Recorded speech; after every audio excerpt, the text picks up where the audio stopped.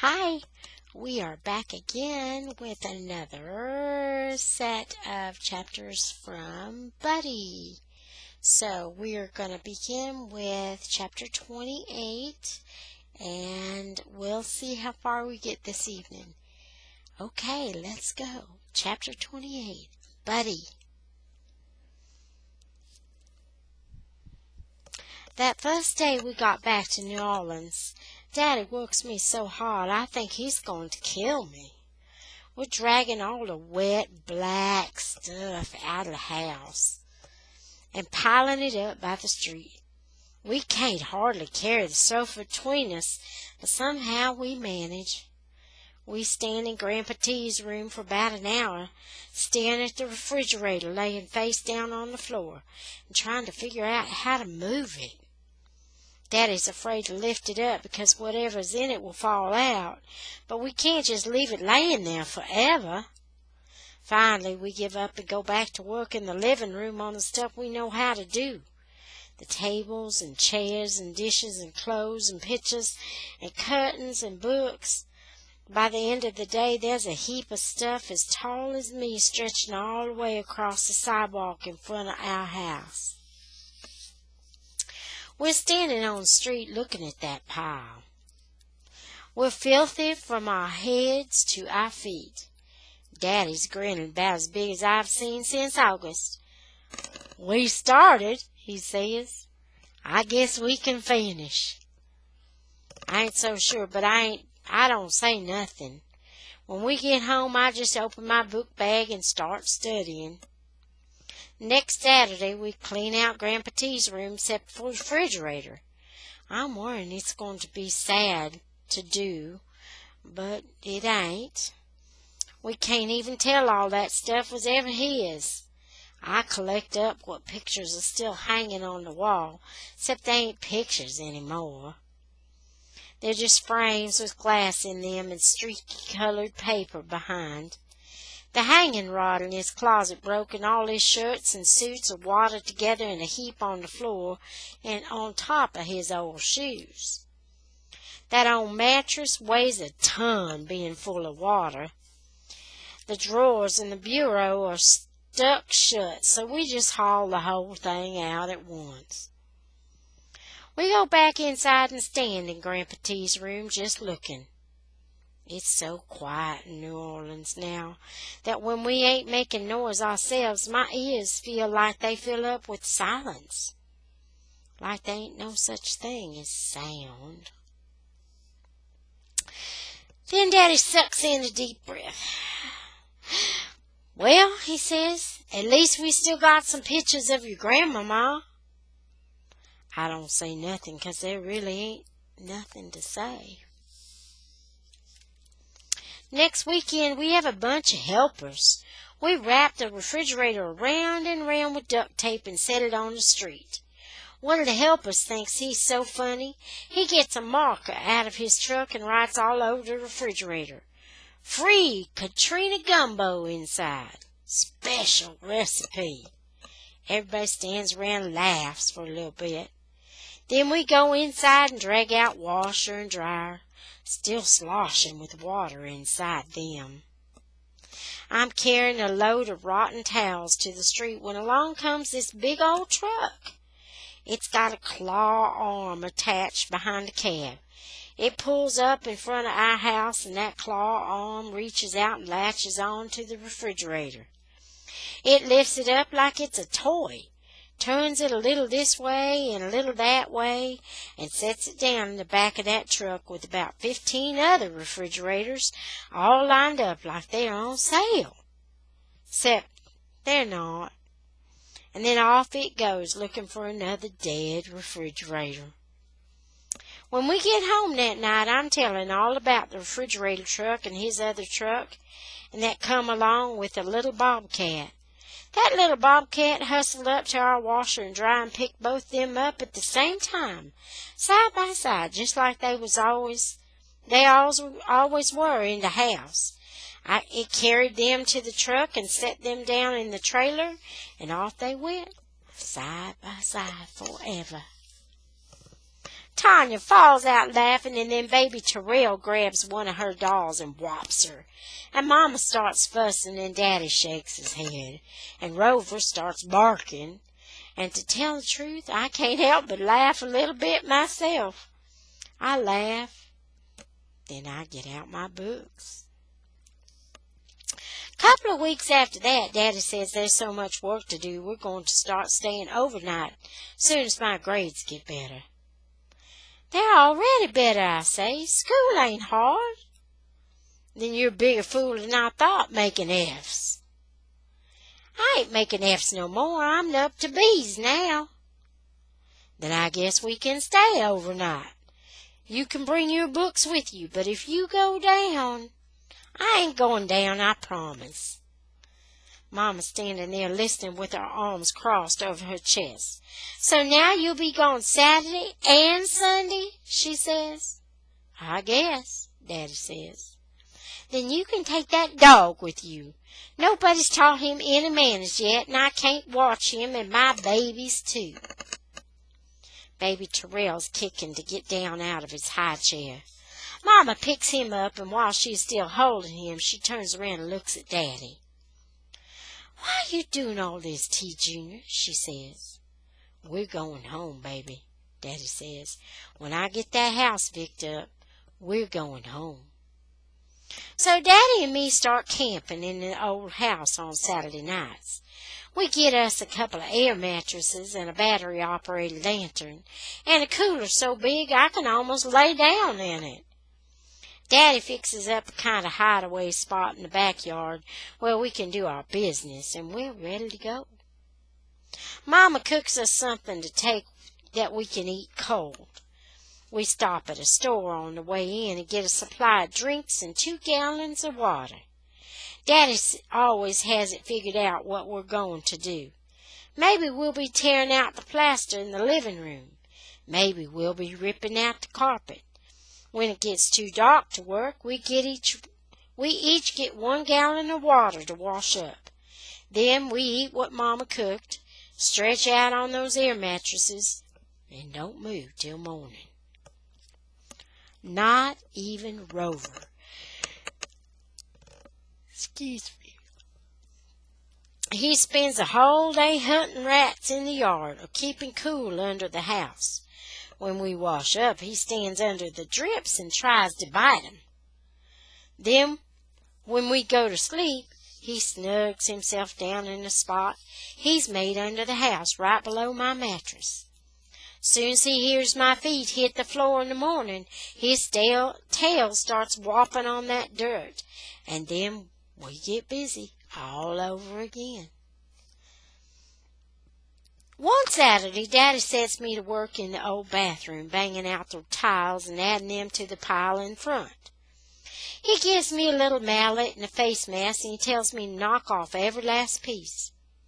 Daddy goes over to Miss Washington's house to help some men from the church get her refrigerator wrapped up and on the street. Her nephew's coming back soon, they say, and at least that much will be done. I'm swinging that mallet like there's no tomorrow and sweating hard. Those tiles are flying. Every once in a while I stop and catch my breath, and then I get going again. That bathroom's getting full of dust. I'm finding the same thing on every stud. Black mold growing at the bottom. Daddy says when we get everything cleared out, we're going to wash every stick of wood in that house with bleach. That's going to be some kind of hard job. Eventually, there's so much dust in there I can't hardly see. I'm covered in white from head to toe. I decide it's time to take a break. I go outside to sit on the front porch. Soon as that screen door bangs, Rover comes zipping around from the backyard. He loves coming to Nolans. He kills a rat twice a day almost, and that's way more fun than dragging that old doll around. Sure enough, he's carrying something dead now, and he wants me to see it. Put that down, you fool dog, I say. He just stands there looking at me, his tail slowing down a bit. You can't come up on the porch with that, I say, and his tail starts going again. He takes 1 step forward, and I hustle down steps. Drop it. He don't budge. You got to learn, Rover, I say. We just can't have dead rats lined up on the porch anymore. Drop it. He's kind of whining and trying to decide what to do. I'm thinking, I wish he spoke English. I wish he knew what to do like Buddy did. I wish somebody had trained him. And then, pow! It hits me. Ain't nobody trained Rover because he ain't never been anybody else's dog before he was mine. I'm standing there looking at that dog and his tail whapping away and that dead rat hanging out of his mouth, and I'm thinking, it's all on me. He's watching me right back and his tail is speeding up. I notice his eyes are sort of like Buddy's. They're dark brown, and they got black going all around them. Rover stretches out his front feet and bends down and looks up at me, and I can't decide whether he's laughing at me or not. Drop it, I say, making my voice sound like Daddy. I point to the ground. Rover ducks down a little farther. He shakes his head like I must think he's a fool if I think he's going to let go of that rat. And then, boom, he drops it. I can't believe it. I go down on my knees. His eyes ain't laughing at me at all. They're just laughing. I rub him all along his neck and say, good dog, Rover. Then he's trying to climb me, and it's all I can do to stay out of the way of his tongue and his scratching wet paws, when all of a sudden I hear somebody say, that ain't Buddy. I whip around, and there's J-Boy standing at the gate. My heart leaps up in happiness. You're home, I say. Yeah, he says, nods his head a little. I'm home. I'm standing up, and Rover's jumping on me and still licking me and letting out little barks, and I'm trying to push him down. And he thinks it's all a game, just like baby Terrell, when he whops you with his toy and thinks it's so funny. That ain't the three-legged dog, J-Boy says. What happened to him? He drowned? I don't feel like answering that. I push Rover down again. And lucky for me and J-Boy, he hears something scratching under the house and goes sniffing after it. We stand there a minute watching Rover's back end sticking out from under the house and his tail whacking back and forth. When I look up at J-Boy, I see his eyes are half closed and he's got a piece of lint stuck in his hair. Where have you been? I ask him. We ended up in Houston.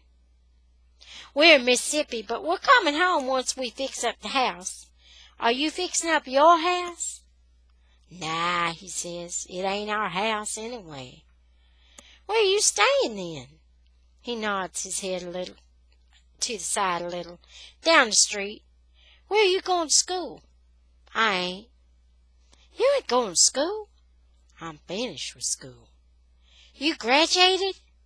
He rolls his eyes. You always was a fool. I'm 16. I don't have to go to school anymore. I'm through with school. You're 16? Almost. When will you be 16? Ain't none of your business. Your mama says you can quit school. Ain't none of her business. She ain't here. She ain't calling the cops on you. She ain't here. She's in Houston. So you're staying in New Orleans by yourself? I got company. Your mama says that's okay. She can say what she wants. I don't care. We're standing there at the gate just looking at each other. Then he looks up at the house. So, you're living here now? No, I told you. We're just here on the weekend. Then we go back to Mississippi. You fix the roof, he says. Daddy mostly did that. You got electricity? I laugh. You're the fool now. He looks up the street. I got to go. He hikes up his pants and eases off. I sit down on the porch. I look at all the houses up and down my street. There ain't nobody living in any of them. I wonder where that boy Rusty is now. And where's that boy I never talked to that was always reading books? And that girl who was taller than me but who was nice. And my teacher. And all the other kids and all the other teachers. Of course, all those people. I'm thinking, why is J-Boy the only one who's made it back? And that's the end of chapter 28. And we're going on to chapter 29. When it gets to be almost Easter, Mama says, "You aren't going to New Orleans for Easter Sunday, are you?" "I'm going to church on Easter," Daddy says. "But I'm going to my church in New Orleans. Me and Lil T. We'll take a break long enough to go to church." Mama's standing with her hands on her hips. "Do you want to come with us?" Daddy says. "And what am I going to do with a toddler baby in a house full of rusted nails and holes?" Daddy shrugs up his shoulders. "Suit yourself," he says. "I think you're crazy," Mama says. "Living in an empty city in a rotten house with a half-wild dog and a boy no more than 13 years old." Daddy looks at me. "Do you think I'm crazy, Lil T?" I shake my head. Mama stomps off into the kitchen. Daddy sits there watching her walk off. Then he looks at me. "Sometimes, Lil T," he says, "you just got to do what you got to do, even if it don't make sense to anybody but you." "It makes sense to me, Daddy." Daddy shakes his head. "But not to your Mama." When we pull up on Easter weekend, Rover jumps out of the car and shoots straight for the back, barking up a storm. Daddy laughs. He's already after a rat. We unlock the front door. Daddy walks in, and all of a sudden he starts up saying things I can't write down in this story. I'm right behind him, but he holds out his hand to keep me back. "Don't look, Lil T," he says, but I look anyway. There's a man laying on one of our air mattresses. There's food trash laying all around him. There are needles and plastic tubes and spoons. There are candles all burned down. There are rags piled up in one corner. There are 6 empty wine bottles lined up under the window. "Is he dead?" I say. Daddy inches over to him and pokes him with his toe. The man opens up his eyes. He looks up at Daddy. "Get out of my house," Daddy says. The man stands up, and I see he's not a man. Not quite. "And take all this stuff with you." The boy don't say anything. He's just looking at us. Then he looks down at everything laying around the room. "I don't want it," he says. Then he stumbles out the door. Daddy's following right behind him. The boy gets to the steps and Daddy hollers after him. "If I ever see you in my house again, I'll kill you. You hear what I'm saying?" The boy waves his hands at us like we're mosquitoes or something. He grabs hold of the fence so he won't fall, and then he heads down the street. We're standing there watching him go. "That's the dregs, Lil T," Daddy says. "Now we have to clean up after him." Except Daddy won't let me touch anything. He says I'm too young.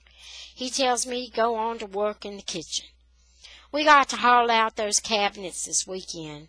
I go in the kitchen. I see the kitchen door's been broke open, and there's another nest with our other mattress and all the same stuff. I holler to Daddy. There was 2 of them. Daddy comes and looks. "You suppose this one was just a boy, too?" he says. He pokes his toe in the rags. "What do we come to, Lil T, if our children are living like this?" I look up, and Rover is standing there at the back door with his shoe in his mouth and grinning like he thinks it's a rat. "Drop it," I say, and he does. I rub him all up. I tell him he's a good dog and throw the shoe back out in the yard. "Now, Go find a real rat, I say, and slap him on the behind. He hops off down the steps, sniffing and jumping and barking and wagging his tail like there's no tomorrow. I stand there on the back stoop, looking across the backyards with all their crushed fences and collapsed sheds and upside-down cars. It's so quiet on the street, I can hear music playing a long way off. And then I hear a bird, the first one I've heard in New Orleans since the storm. From somewhere in somebody's backyard, he's singing and singing. I don't look for him. I just close my eyes and listen. Easter morning, we wake up early in our camp in our house. Daddy says we got to go to the sunrise service even if there ain't no sunrise to see inside the building. We don't dress up. Daddy says people in New Orleans don't worry about that stuff now. I'm following him out the front door when I realize the Easter Bunny didn't come. I'm wondering if maybe there's a basket for me at the apartment. And then I hope not. I hope the Easter Bunny knows I'm too old for that stuff now. Me and Daddy walk real quiet into the church. It's darkish in there, but that church is full of people. Daddy puts his hand on my shoulder and guides me to a seat near the front like where we used to sit. I hear the people all around me breathing. Then the light starts to come in through the windows. It's coming in slow and steady. The sun is rising, and we're all sitting there waiting. All of a sudden, I hear a big rustle and a bunch of people at the front of the church stand up. Then I hear a voice lift up in song. It's Brother James. And then the people behind him join in, and the church fills up with light, and we all stand up. All of us, and I look around. It's all different kinds of people. Some faces I know, but there are lots of faces I ain't never seen. Black faces, white faces, young faces, and a few old faces. Who are all these people? I whispered to Daddy. They are our neighbors, he says. But I thought nobody was here. You thought wrong, he says, and we start singing too. When that service is over, everybody comes pouring out the door, hugging and kissing and praising God right and left. There's a man standing off in the shade of the porch, wearing army clothes. Daddy goes up to him and shakes his hand and pats him on the shoulder. I'm sorry, Daddy says. She was a fine woman, a good woman. Then I know that's Miss Washington's nephew. He's back from Iraq, but she ain't there to see him. Now he's nodding his head and pressing his fingers on his eyes. I miss her, he says real quiet. It's like that sometimes, Daddy says, and pats his shoulder again. Then up comes Mr. Nelson. Hoo-wee, he says, stops right in front of me. This ain't little T, he says. Sure is, Daddy says, and they're shaking hands and hugging and talking about how Houston's a fine place, but it ain't New Orleans. And Daddy said, Daddy's glad to be working, but he wants to come home something awful. And Mr. Nelson's house, Mr. Nelson's house only had 3 feet of water, but it was ruined. And, God be praised, the church is okay. And where's our family anyway? And how's old Mr. Roberts? And then they're quiet, and Mr. Nelson says, may he rest in peace. Then Mr. Nelson looks at me and says all over again, I know this ain't little T. It sure is, Daddy says again. What are you feeding him, T. Jr.? Mr. Nelson says. He's done shot up like a weed. He's got a good start, Daddy said, but he's got a ways to go. You're gonna be like your grandpa, boy, Mr. Nelson says, tall and skinny. I'm tall, Daddy says. But you ain't skinny, Mr. Nelson says. And now everybody's laughing and slapping each other on the arm. And then Mr. Nelson turns to me and says, how about that three-legged dog? Where he at? And all of a sudden I feel like it ain't spring anymore. Daddy looks at me and puts his hand on my shoulder. Mr. Nelson ain't laughing anymore. We had to leave that dog behind, Daddy says. He's gone. But he ain't dead, I say, looking down at my shoes. He's alive somewhere, we just don't know where. I'm sorry, son, Mr. Nelson says. He shakes his head. So much is gone. I'm sorry I asked.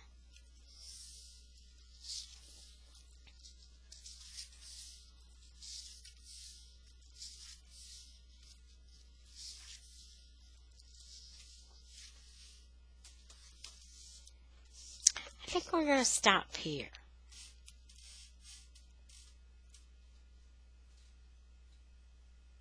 May the Lord bless you and keep you. May he make his face to shine on you and be gracious to you. May the Lord lift up his countenance upon you and grant you peace. Until next time, Shalom.